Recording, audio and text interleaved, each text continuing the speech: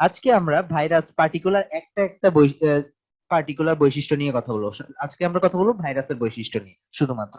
তাহলে আমরা ভাইরাস টপিকটা শুরু করে দিই। আচ্ছা, যে ভয়ঙ্কর ছবিগুলো দেখা যাচ্ছে এগুলাই হচ্ছে ভাইরাস। তো ভাইরাস নিয়ে কথা বলার জন্য আমরা প্রপার্টিস নিয়ে শুরুতে কথা বলবো। তাহলে আমরা যেটা কথা বলতেছিলাম, ভাইরাস হচ্ছে এসেলুলার, অর্থাৎ এখানে কোনো সেল হয় না। আমরা জানি প্রত্যেকটা লিভিং অর্গানিজমের সেল থাকা লাগবে, সেল হচ্ছে ইউনিট। কিন্তু আমরা দেখতেছি ভাইরাস হচ্ছে এসেলুলার, এর কোনো সেল নাই।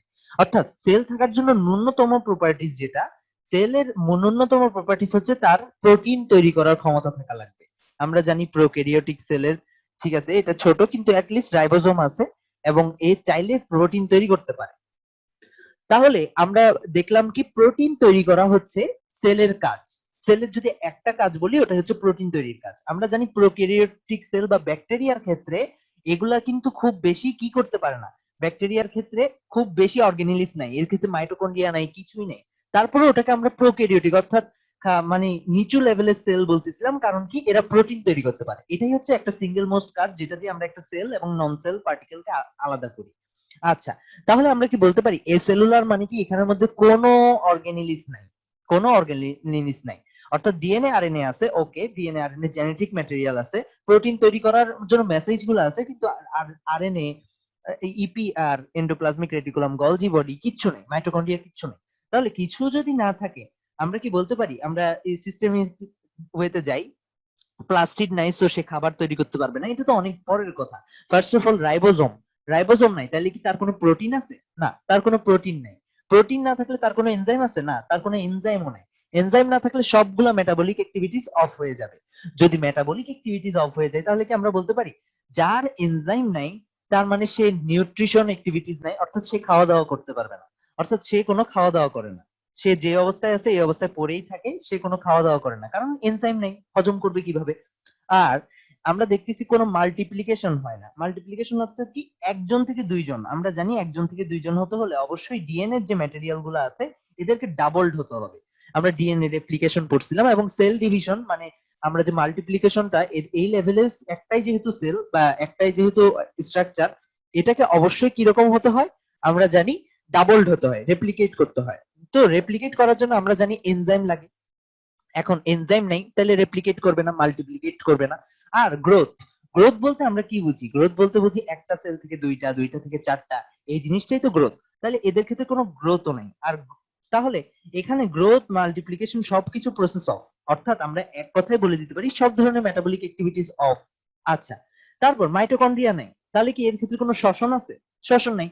শ্বসন না থাকলে কি এনার্জি প্রডিউসের কোনো কথা আছে? না, এনার্জি প্রডিউসারের কোনো কথা নেই। তাহলে মাইটোকন্ড্রিয়া নাই, এখান থেকে আমরা বলতে পারি respiration of, energy production of. Endoplasmic reticulum কিসের সাথে রিলেটেড? প্রোটিন তৈরির সাথে, এটাও নাই, কোনো কিছুই নেই। তাহলে আমরা বুঝতে পারলাম এ কোনো ধরনের কাজ করতে পারে না। তাহলে এইটা আসলে কি? এখানে কোনো অর্গানিলিস নাই, ওকে, কোনো অর্গানিলিস নাই, ইয়েট কিছু জিনিস আছে। কি কি আছে? একটা নিউক্লিক অ্যাসিড আছে। নিউক্লিক অ্যাসিড বলতে হতে পারে ডিএনএ বা হতে পারে আরএনএ, যে কোনো একটা থাকতে পারে। আমাদের মতো কিন্তু কখনো দুইটা একসাথে থাকবে না। আমাদের ক্ষেত্রে হয় কি, আমাদের ক্ষেত্রে দেখা যায় রাইবোজোমের মধ্যে আরএনএ আছে, আবার সেন্ট্রালি তোমার ডিএনএ আছে, দুইটাই পাওয়া যায়। কিন্তু মনে রাখা লাগবে ভাইরাসের ক্ষেত্রে দুইটাই পাওয়া যায় না, হয় আরএনএ পাওয়া যাবে অথবা ডিএনএ পাওয়া যাবে। তো নিউক্লিক ম্যাটেরিয়াল পাইলো, এবং নিউক্লিক ম্যাটেরিয়ালটাকে প্রোটেক্ট করার জন্য একটা প্রোটিনের লেয়ার থাকে। প্রোটিনটা কোথা থেকে আসে? যেহেতু এখানে রাইবোজোম নাই, কোনো ধারণা নাই এটা প্রোটিনটা কোথা থেকে আসে। আচ্ছা, তাহলে প্রোটিন প্লাস নিউক্লিক অ্যাসিড আমরা বুঝলাম, এটা দিয়ে ভাইরাস তৈরি হয়। এখন যেহেতু এখানে কোনো অর্গানিলিস নাই, এখানে কোনো অর্গানিলিস নাই, তাহলে এটা খুবই ছোট হবে আমরা জানি। এটাকে তাই বলা হয় আলট্রা মাইক্রোস্কোপিক। এটা কিন্তু বিভিন্ন পরীক্ষায় আসে, ভাইরাস কি মাইক্রোস্কোপিক নাকি আলট্রা মাইক্রোস্কোপিক। মনে রাখা লাগবে ব্যাকটেরিয়া হচ্ছে মাইক্রোস্কোপিক। কারণ কি, ভাইরাসের ক্ষেত্রে ব্যাকটেরিয়ার থেকে কম জিনিস, এখানে রাইবোজোম নাই, ব্যাকটেরিয়া যা কিছু আছে তাও নাই, তাই দেখা যাবে এটা ব্যাকটেরিয়ার থেকেও ছোট, আলট্রা মাইক্রোস্কোপিক, এটা মাইক্রোস্কোপের নিচেও দেখা যায় না। আচ্ছা, তাহলে এটা যদি ব্যাকটেরিয়ার থেকেও ছোট হয়, ব্যাকটেরিয়াকে আমরা যে ফিল্টার দিয়ে রোধ করি, ব্যাকটেরিয়া রোধক যে ফিল্টার গুলো আছে, অর্থাৎ যে ফিল্টারের মধ্যে ব্যাকটেরিয়া ঢাললে আটকে যায়, ওখানে কি ভাইরাস আটকাবে? না, ওখানে ভাইরাস আটকাবে না। দ্যাটস ওয়াই ব্যাকটেরিয়ার জন্য ফিল্টারে, মনে রাখা লাগবে ব্যাকটেরিয়ার ফিল্টারে ভাইরাসকে আটকানো যায় না। এবং প্রথম ভাইরাস কিন্তু আবিষ্কার হয়েছিল এভাবে।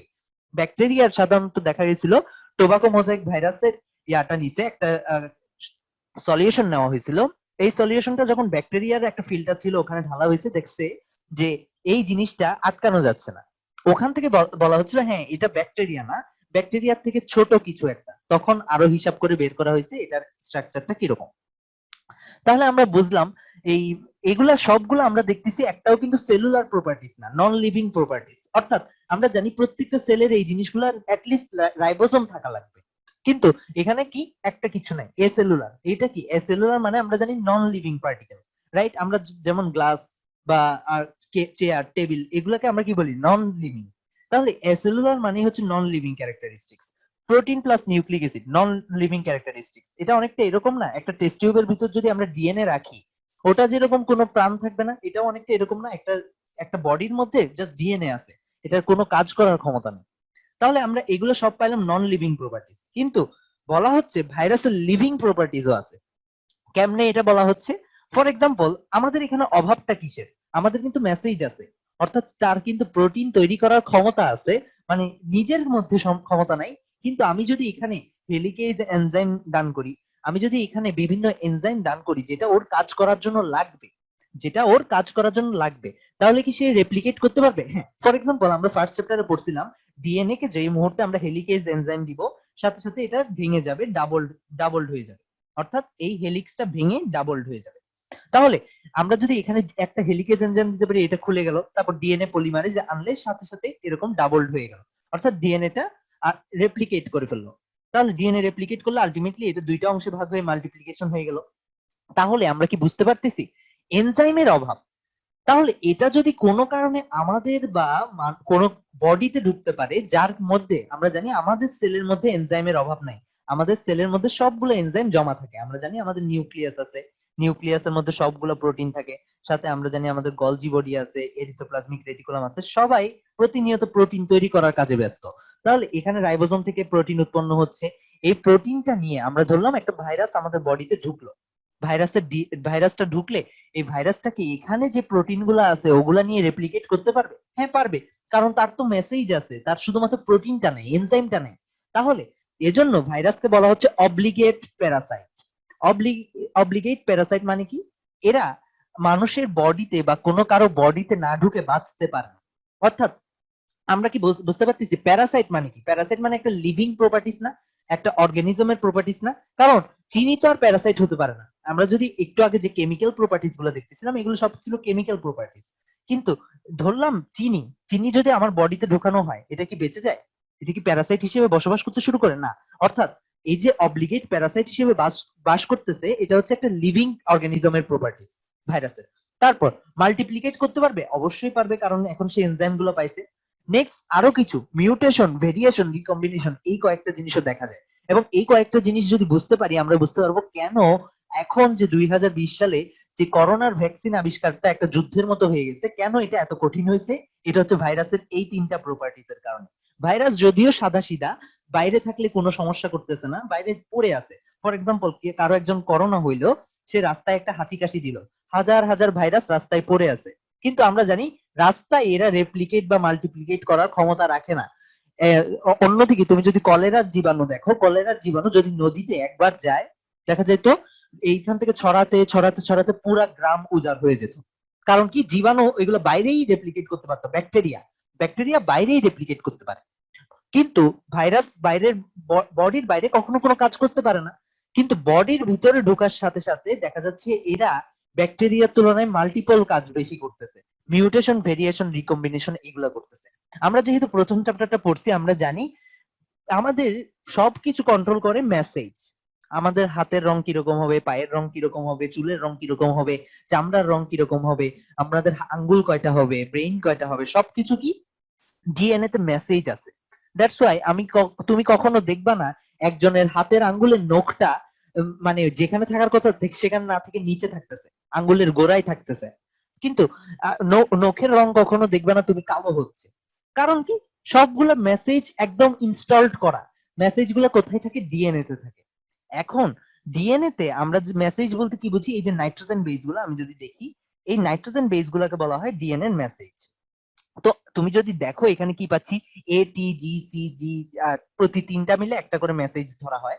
ওকে, কিন্তু ভাইরাস করতে পারে কি, ভাইরাস যে কোনো একটা লোকাসে গিয়ে এটাকে চেঞ্জ করে ফেলতে পারে। চেঞ্জ করে বলতে কি, শিফট করতে পারে। ফর এক্সাম্পল এখানে সিজিটি ছিল, এটাকে শাফল করে জিটিসি করে ফেললো।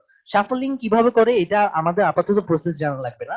শাফলিং মূলত করতে পারে এই এতটুকু জানলেই চলে। আর শাফলিং করার সাথে সাথে ডিএনএ এর সিকোয়েন্সটা চেঞ্জ হয়ে গেল না, বেস সিকোয়েন্স চেঞ্জ হওয়াকে বলা হয় মিউটেশন। আর বেস সিকোয়েন্স যখন চেঞ্জ হয়ে গেছে, তার সব কিছু চেঞ্জ হয়ে গেছে না। কারণ কি, এতদিন পর্যন্ত আমার বডি দেখা গেছে যে এই বেস সিকোয়েন্সটাকে চিনে ফেলছে। অর্থাৎ করোনা, যেসব করোনার এই সিকোয়েন্স গুলো আছে আমার শ্বেত রক্ত কণিকা তাকে মেরে ফেলতেছে। কিন্তু যেই মুহূর্তে সিকোয়েন্সটা চেঞ্জ করলো, শ্বেত রক্ত কণিকা এর সাথে পরিচিত, এর সাথে কিন্তু পরিচিত না। তাহলে যখন দেখা গেছে করোনা শ্বেত রক্ত কণিকার সাথে পারতেছে না, তখন ভাইরাসটা দেখা যায় কোনো একটা সেলের ভিতর ঢুকে এরকম মিউটেশন করে ফেলে। যখন মিউটেশন করে ফেলে তখন দেখা যায় হচ্ছে এটাকে আর মারা পসিবল হয় না, কারণ আমার সেল তো এটার সঙ্গে ফাইট করার জন্য প্রস্তুত, এটার সঙ্গে ফাইট করার জন্য তো প্রস্তুত না। যখন সেল আবার নতুন ভাবে অ্যাডাপ্ট করে এটাকে মারতে শুরু করে, এ আবার চেঞ্জ করে ফেলে আরেকটা বেস সিকোয়েন্স। এভাবে মিউটেশন চলতেই থাকে। আর মিউটেশন, ভেরিয়েশন, রিকম্বিনেশন এগুলো চলতে থাকার কারণে ভাইরাসের কখনো ভাইরাসের প্রপার একটা ভ্যাকসিন আবিষ্কার করা খুবই কঠিন, এজন্য পারা যায় না। আচ্ছা, আর আমরা এখান থেকে কি বলতে পারি, এই তিনটা হচ্ছে প্রাণীর বৈশিষ্ট্য, লিভিং অর্গানিজমের বৈশিষ্ট্য। কোনো গ্লাস বা টেস্ট টিউব এদেরকে কি কখনো এগুলা করতে দেখা যায়? বা চিনি, অর্থাৎ কেমিক্যাল, কোনো কেমিক্যালকে কিন্তু এগুলো করতে দেখা যায় না। তাইলে আমরা ভাইরাসের ক্ষেত্রে দুইটা প্রপার্টিস দেখতেছি, একটা হচ্ছে লিভিং অর্গানিজমের প্রপার্টিস, আর একটা দেখতেছি এই যে নন লিভিং অর্গানিজমের প্রপার্টিস। আমরা দেখলাম ভাইরাস বডির ভিতর ঢুকলে লিভিং অর্গানিজম হয়ে যায়, অন্যদিকে বডির বাইরে থাকলে এটা কেমিক্যালের মতো আচরণ করে, নর্মালি পড়ে আছে। দ্যাটস ওয়াই এত ইমফেসিস দেওয়া হচ্ছে, যেহেতু এখন করোনা যুগ চলতেছে, সো সবাই জানি কি করা লাগে, সবাই হাত ধুচ্ছে, বারবার স্যানিটাইজার দিয়ে হাত ধুচ্ছে। কারণ কি, কারণ হচ্ছে ভাইরাসটা যাতে বডিতে না ঢুকে, বা কোনো কারণে যদি আমরা বাইরেও যাই আমাদেরকে বলা হয় চোখে মুখে হাত দিবেন না। কারণ কি, ভাইরাস যদি হাতে লেগেও যায় এটা আছে বাইরে, বডির বাইরে আছে। তো বডির বাইরে থেকে এ কখনো বডির ভিতরে ঢুকতে পারবে না। হাত ছিদ্র করে ঢুকতে পারে ব্যাকটেরিয়া, কিন্তু ভাইরাস কখনো ঢুকতে পারবে না। কারণ কি, সে বডির বাইরে অবশ্যই কি কেমিক্যালের মতো। অর্থাৎ কেমিক্যাল, আমার হাতে যদি কোনো রং লেগে থাকে এটা কিন্তু বডির ভিতরে ঢুকবে না। কিন্তু ভাইরাস যে মুহূর্তে আমরা চোখে মুখে হাত দিলাম, এটা কি চোখের মাধ্যমে বা মুখের মাধ্যমে, নাকের মাধ্যমে ভিতরে চলে গেল। আর যখন ভিতরে চলে গেছে সাথে সাথে তার কাজ শুরু হয়ে গেছে। দ্যাটস ওয়াই আমাদেরকে বারবার করে বলা হচ্ছে যদি ভাইরাস বাইরে থাকে ওটা যেন বাইরেই থাকে, ঘরে ঢোকার আগে হাত ধুয়ে নাও, অবশ্যই মাস্ক পরে নাও যাতে ভিতরে ঢুকতে না পারে। যদি ভিতরে না ঢুকে করোনা কোনো সমস্যা না, কিন্তু যদি ভিতরে ঢুকে যায় দেন মিউটেশন শুরু হবে। ভ্যাকসিনে যদি বডি মেকানিজম যদি আলটিমেটলি কাজ করতে পারে তাহলে সবগুলোকে মেরে ফেললো, এটা কোনো সমস্যা করতে পারবে না। কিন্তু মিউটেট করলে আলটিমেটলি এটা খারাপ থেকে খারাপ দশার দিকে যাবে, একটা সময় মেরেও ফেলতে পারে। যাক, তাহলে আমরা ভাইরাসের বৈশিষ্ট্যগুলো পড়লাম। ভাইরাস নিয়ে, ভাইরাসের যেহেতু দুই ধরনের বৈশিষ্ট্য পাওয়া যাচ্ছে, এটা নিয়ে বিভিন্ন বিজ্ঞানী বিভিন্ন কথা বলছে। ভাইরাসকে বলা হচ্ছে যে এই জীব এবং জড়ের মধ্যে একটা সংযোগকারী। তারপর ভাইরাসকে বলা হচ্ছে ভাইরাস ভাইরাসই, এটা জীবও না জড়ও না, এরকম কিছু বলা হচ্ছে। আর ভাইরাসের স্ট্রাকচার নিয়ে কে কি বিভিন্ন বিজ্ঞানী বিভিন্ন স্ট্রাকচারের কথা বলছে। আমরা স্ট্রাকচারে যাচ্ছি, আমাদের ভাইরাল প্রপার্টিজ নিয়ে আশা করি কারো কোনো প্রশ্ন নেই। আমরা ভাইরাল প্রপার্টিজটা এখানেই রাখবো। ওকে।